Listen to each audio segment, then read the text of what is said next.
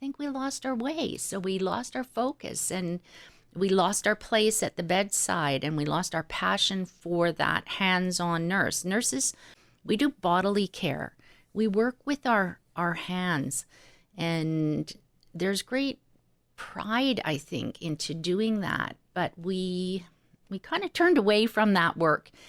And what I think the last couple of years of COVID has shown us is that that work is what's needed. Based out of the University of the Fraser Valley on unceded traditional lands of the Stolo people, we are the Community Health and Social Innovation Hub, or CHASI for short. We support the social, mental, emotional, physical, and economic health of those living in our communities by bringing together experts from across disciplines. Those experts have some incredible stories and insights. To share those with the communities we serve, we bring you the CHASIcast, a monthly program where we drill down on a current topic and chat about how it impacts our lives. So it's my pleasure today to welcome Dr. Shelley Canning to the CHASIcast. And Dr. Canning is an associate professor in nursing, director of the Center for Education and Research on Aging, member of UFE's Board of Governors, and most importantly, from our perspective, a faculty associate at CHASI. So welcome. Thank you. I am actually delighted to do a CHASIcast. I've listened to all of the previous ones. Oh, that's great. And often we do this on my porch with a glass of wine. So I appreciate that it's the morning and we're not doing that. Yes, we do those casts. So I'm wondering actually if we can start with a really exciting initiative that you spearheaded, and that is the Age-Friendly University. And I wonder if you could tell us a bit about what it is and why it's important to you. So the Age-Friendly University initiative is, I think, a critically important initiative across, especially across institutions in countries like Canada, where we are anticipating a significant demographic change. And so I teach about aging to my nursing students, and I always try to talk about that demographic change, not in a fearful way, because in fact we are looking at our current students at the peak of their careers, working and living at a time where Canada will have a large proportion of people over the age of 60 and 65. And in fact, an increasing proportion of Canadians over the ages of 90 and over the ages of 100. Our centenarians are actually a rapidly growing population group. So it speaks to all kinds of things about healthcare and society, but it's just simply a numbers fact. So if we are to prepare our students to be good social citizens and to understand they live in a time where there will be a lot of people in that older age demographic, then the idea of an age-friendly institution becomes increasingly important. And we have seen out of the WHO this initiative for age-friendly cities, communities, and a group of academics in about 10 years ago in 2012 at the University of Dublin City, or Dublin City University, I think it is. They got together and were thinking about this idea of this population change and what it means to be age-friendly and embrace that demographic. They decided that, hey, universities are the perfect place to take on some of that load, and came up with 9 principles that are age-friendly and started this global network of age-friendly universities. So that's a long answer to a clean question, Martha. But in short, we have now become the 9th Canadian university who have a designation as an age-friendly university. We're the first in BC, which I think is a lovely place to start as the first. So I think it gives us all kinds of ways to partner with other universities and to look at doing some of the things we currently do better and doing some of the things that we currently don't do. I wonder if just on that note, if you thought about sort of your top of your wish list, what do you envision that gets you really excited about those possibilities? I would love every student at UFE to have some education on aging and what it's like to live with dementia, because that's the other piece of an aging society, is that we see increasing numbers of people living with what are often typical or common types of health challenges. And the one that can be often the most misunderstood and present a lot of challenges is dementia. So I would love it if every student that left here, regardless of discipline, had had some of their myths and misconceptions squashed and had less ageist attitudes. That really intrigues me, because we often talk about doing something across the curriculum, writing across the curriculum, right? Indigenizing across the curriculum, those sorts of things. What does that look like for aging, I wonder? I think when you look at across the curriculum and you think about aging is so cleanly pigeonholed in the health sciences or the practice professions, where folks like a nurse, a social worker, are going to be trained to work with older people. So it's a very specific kind of education that we provide. But the thing is, aging intersects everything. So it extends beyond issues of gender or race or ethnicity or community. It belongs to all of us.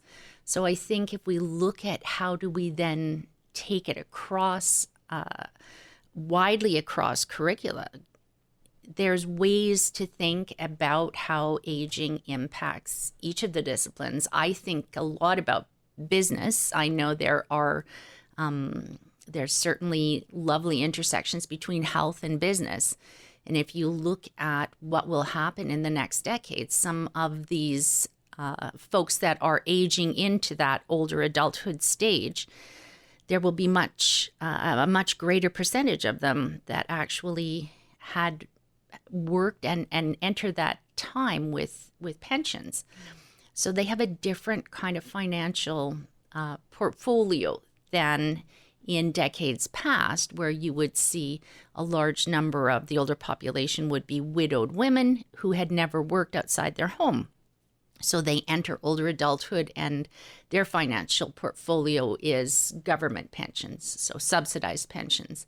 But there will be a large group of people now who have more money and then more agency. So they want to be part of that decision making, and they want to be, they'll want to be treated like full citizens, regardless of the fact that they might be 80 and look like a little old lady or a little old man. So it's easy to stereotype them as being less able, but in fact they won't be. So I think there is, I think there's opportunity across every discipline to think about how the students we educate today are going to interface with that particular demographic. I'm excited to watch that your vision unfold and support it, and I'm really intrigued to see what that looks like. Talked obviously about we're used to it being housed in the health sciences, nursing. I'd love for us to talk a bit about nursing. We've talked, you and I, about sort of the state of, if you will. I'd love, as you talk about the work that is nursing, I find that really inspiring, quite honestly, to hear you talk about it in those ways. And I wonder if you could share a bit about, what are your thoughts? Where are we at with this discussion? We are at a place that I never imagined we would be at. So I've been a nurse for over 30 years. And I've seen us as a profession move in some ways that have been, I think, progressive, and I think some ways that have complicated our work in unanticipated ways. And we have kind of hit this nexus at this particular time where so many things have happened at the same time, and we didn't pay attention to the little cues that we were starting to see, or the hints of erosion that we were starting to see. And this is why we have, it seems like suddenly a huge nursing shortage or a huge primary care physician shortage. But we saw these things coming in the decades leading, or the years leading up to this particular point, and the pandemic has just tipped the scales in a really quick and dramatic fashion. But I think part of what happened was we moved away from our purpose and away from our role and identity as nurses. We got lost in the middle as we achieved more, maybe more respect for our role within the healthcare team. We began to see ourselves as more autonomous, be more clear about what our role was. Certainly nurses aren't physician's assistants. Part of our origins were there, but we're really partners. So we have a very different work to do, but a very complementary work. And we were able to articulate that a lot cleaner in the last part of the last century, and as we moved into the current time. But in doing that, I think we lost our way. So we lost our focus, and we lost our place at the bedside, and we lost our passion for that hands-on nurse. Nurses, we do bodily care. We work with our hands, and there's great pride, I think, into doing that. But we kind of turned away from that work. And what I think the last couple of years of COVID has shown us is that that work is what's needed. When you watch TV and they show you what happens when you walk through an ICU, you're seeing this beautiful dance of nurses who are just coordinating. It almost looks like choreography as they prone a patient. So you see several on one side of the bed, several on the other, and they're managing tubes and lines, and it's all very synchronized. And the next thing you know, this person is now on their stomach instead of on their back. It may look simple at a glance, but it's this highly collaborative, synchronized work where each of us, our teamwork is really strong, and each of us knows what the next one has to do. And it's all done in this highly stressful situation, environment, and the outcomes are often difficult, but you find your way through it because you've been so close, and because this work is bodily work. So I'm hopeful. Well, I would honestly say we have been, I think, quite lost in the last while. I'm hopeful that maybe this actually helps us find ourselves. What do you mean by that? What's that hope rest in, and what do you see?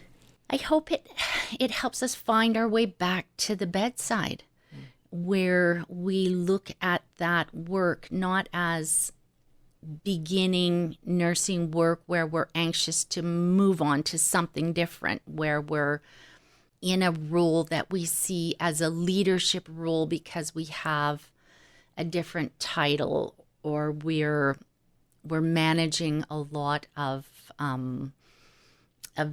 data. We're a step away from the patient. We're looking at policies and processes, and we're managing the work of other people, perhaps care aides or LPNs or others on the floor, when really that is our work. That's all part of our work, and we need to be there too. So where we've seen nurses kind of step away from some of the bedside roles, I'm hoping that we see nurses come back. A place where it's been I think where we've seen a really big change is in long-term care. So the care of our older people, our most frail people. We saw nurses, RN nurses, pulled away. And the bulk of the work, of course, is done by other care providers. But I think it's time to see more nurses come back into that work. What's the discourse like among nurses, associations? Yeah, can you talk a little bit about where that's at? I think it's a mix of perhaps hope. I'm on the board of a couple of different gerontology nurses groups, our provincial group and our national group. And I think there is some hope that the devastating impact on older people that we've seen through COVID, that in fact now more people are aware that this has been a poorly resourced piece of the healthcare pie, and that we need to do much better. What has happened in long-term care is unconscionable. And so dramatic change needs to happen. And of course, it needs to be funded before it will be happening. So I think there's a sense of hope, but I think there's also a sense that very quickly social concerns shift to another emerging issue, and it will be easy to lose the focus on whether or not we need to invest in the care of older people. So it's about keeping that conversation going.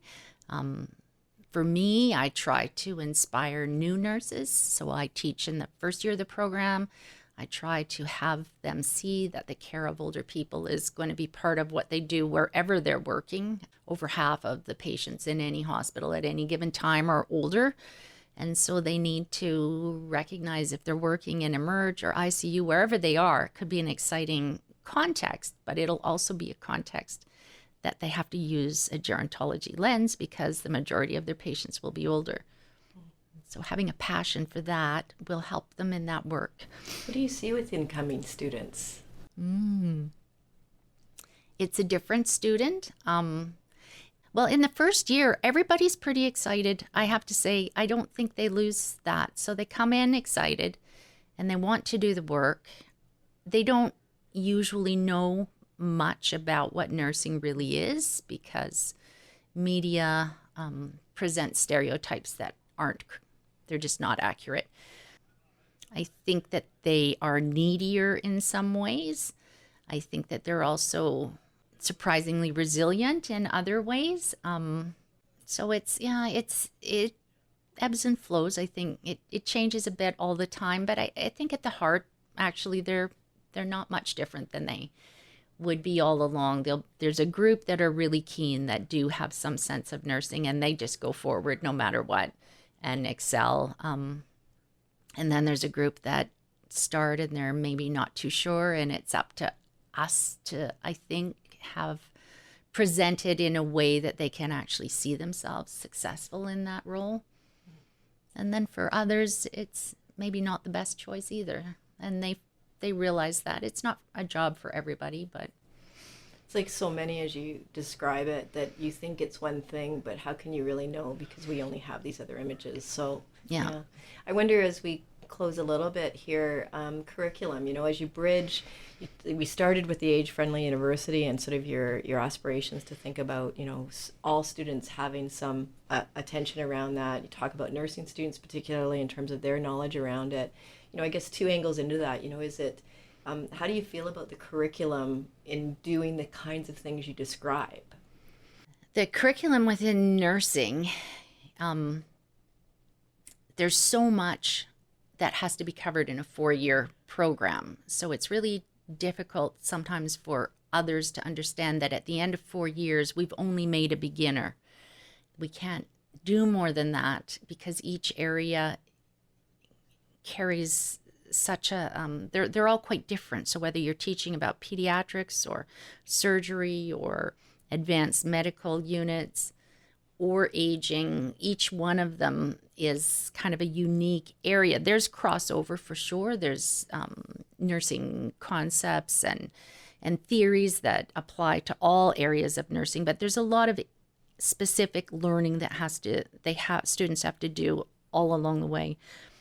Aging has always been given short shrift, though, in nursing, much like anywhere else. So there's tremendous ageism within the healthcare professionals or healthcare professions. And so we we never have given a lot of value to that education around an aging patient. We've at times had specific aging courses, and at other times we've thought we could just thread aging content through the whole program. That's pretty much been given up because it just ends up being lost. If you don't have an aging champion on your faculty, then threading it through the curriculum, it's gone. So we're back to most schools having a discrete course like the course that I teach, the gerontology course in nursing. I think the problem is if you only touch on it early, though. So it's got to be both in my mind. You need to have a discrete aging course, but you also have to have opportunity to thread that content through so folks don't forget about it. Great.